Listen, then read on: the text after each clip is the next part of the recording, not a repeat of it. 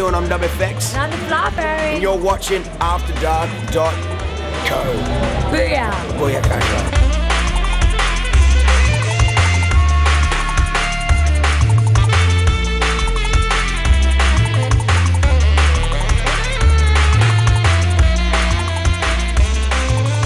This is Cool Barbe Brown on After Dark. We're talking to DubFX. It's good to be with you, and also got the Flower Fairy with us. It's fair to say you've been all pistons firing, like touring around the world and stuff like that. And there hasn't been a release for a little while. Is that something you're starting to feel hungry for, or? Well, actually, I spent 5-6 months back in Melbourne, and I was planning to record a new album. And I started it, but because we just bought a house and we had nothing, we had buying certain furniture, setting up a studio. By the time building a studio. By the time I had it all ready to go, I only had 2 months, and I've got the tunes. I just didn't have time to put it together, and then the tour came up. And we had less than 6 months to organise our life. living in a house that was completely unfurnished from a different country, and there was no time. We got the tunes. Plus we had gigs in between. How is it that you came to link up with all these amazing acts? I mean, the roster is solid. So, how has that come about and stuff? Well, this dude, to be honest, it's just my motto is to surround myself with good people, you know. And I'm just lucky that I've had all these fucking amazing people around me, you know.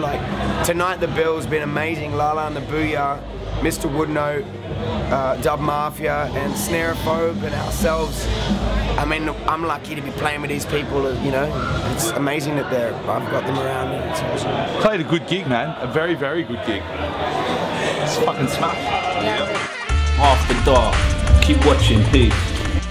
You come across as a man with a message sort of thing, there's a lot of quite poignant content in your lyrics and stuff. Is that, is there an underlying mission behind the music? Because you sort of seem to have a lot of fun with it, where you seem to get all this stuff, or is it a sort of sense of responsibility to make people more aware, in a sort of funky, fresh, Nostradamus type character? Well, it's funny, man. To be honest, I don't particularly try to convey a message of any sort, really. It's just that when I write a lyric, I just only like to write shit that makes sense to me. So if I'm in the mood of just being in love, then I'll write about that. If I'm in the mood, I'm pissed off about if I went through a phase where I was big into conspiracy theories and all that, or conspiracy facts more so, and it just kind of inspired me. So to be honest, I feel like if people are going to listen to my music, I'd rather be saying something than nothing. And so that's kind of where it comes from. I don't claim to be on a mission, but people seem to view it as that, and I can't. That's fine with me. So you're quite into your philosophy and stuff, and rather than just content in your lyrics, do you think it's shaped the way you approach your music? And yeah, I mean, I guess I just try. Mr. WOODNOTE showing me his dick. I'm sorry, you gotta. As if I'd do that. It was my balls anyway. He seriously did. I could see his dick. This is what happens when you surround yourself with good people. They show you their dick and bollocks. Exactly. It's called sneaky balls. Sorry, what was the question again? The philosophy, does it affect your approach to the music? Well, yeah, I guess when I'm writing a tune, sometimes I'll think, okay, what kind of, is it a bouncy tune? If it's a bouncy, upbeat tune, I probably wouldn't do that kind of a thing. If it's something more dark and mellow, I like to put a bit of a message in there. But I always try to, I don't, necessarily take myself seriously, but I like to put something serious amongst something a bit playful as well. I like contrasting themes. So, we do a lot of nursery rhymes mixed up with drum and bass and dubstep, and then throw in some dark vocals and stuff. And I just like to throw as much shit as I can at the wall and see what sticks, basically. Wicked. And speaking of philosophy, they say behind every great man there's a great woman. And what's it like having the amazing Flower Fairy in your corner? Honestly, I wouldn't have it any other way. She looks after me in every single aspect. She's always looking after my health. and she's making sure I take my vitamins and proteins and minerals, and she's always really like on the natural. She's a proper nutritionist. Like, she studies every single day of her life, nutrition and exercise. Dude, she's in denial. And so she's always loading me up with goodness and making me do exercise and yoga and stretching. And if I was left to my own devices, I'd probably be fucked right now. I'd be dead. Like, you'd be burnt out. I'd be burnt out by now. Because I'm a pretty self-destructive when I'm single or on my own. So she's a great influence, and she's an amazing cook. Yeah.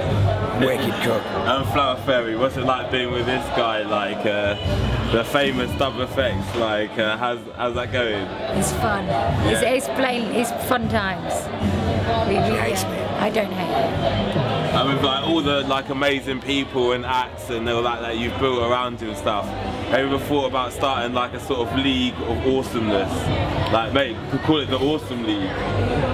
That's Convoy. Awesomely. Well, we kind of do. We've got Convoy Unlimited, which is like our label. It's not even a label, it's just a collective. It's an awesome league. It's part of the Convoy. It's part of the Convoy, Everyone's and they all smashed it. Yeah, they all smashed it. They're Eva's smashing it right now. Yeah, That's Eva great. Lazarus Hey, in the the top. world needs heroes, doesn't it? You know, like. And that's it. I mean, our whole approach to this Convoy thing is that it's all about wicked artists doing wicked shit and being self-sufficient.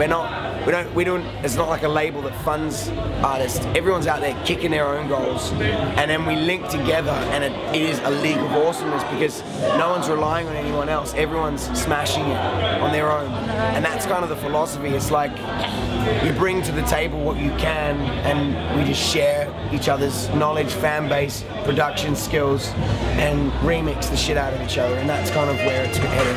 After dark. Keep watching, peace. That's a lot of similarity, like in terms of your styles, in terms of your approach to the industry, and it seems to have a lot of focus on accessibility and you know, actually just making it happen. I mean, and that is obviously something that's quite important to you, yeah? Absolutely. Yeah, well, that's it. It's all about making it, like, just getting out there and doing it yourself. Nothing's gonna happen if you just fucking sit around talking about it. You just gotta get out there and push it yourself, and everyone in this collective is sort of doing that in their own way.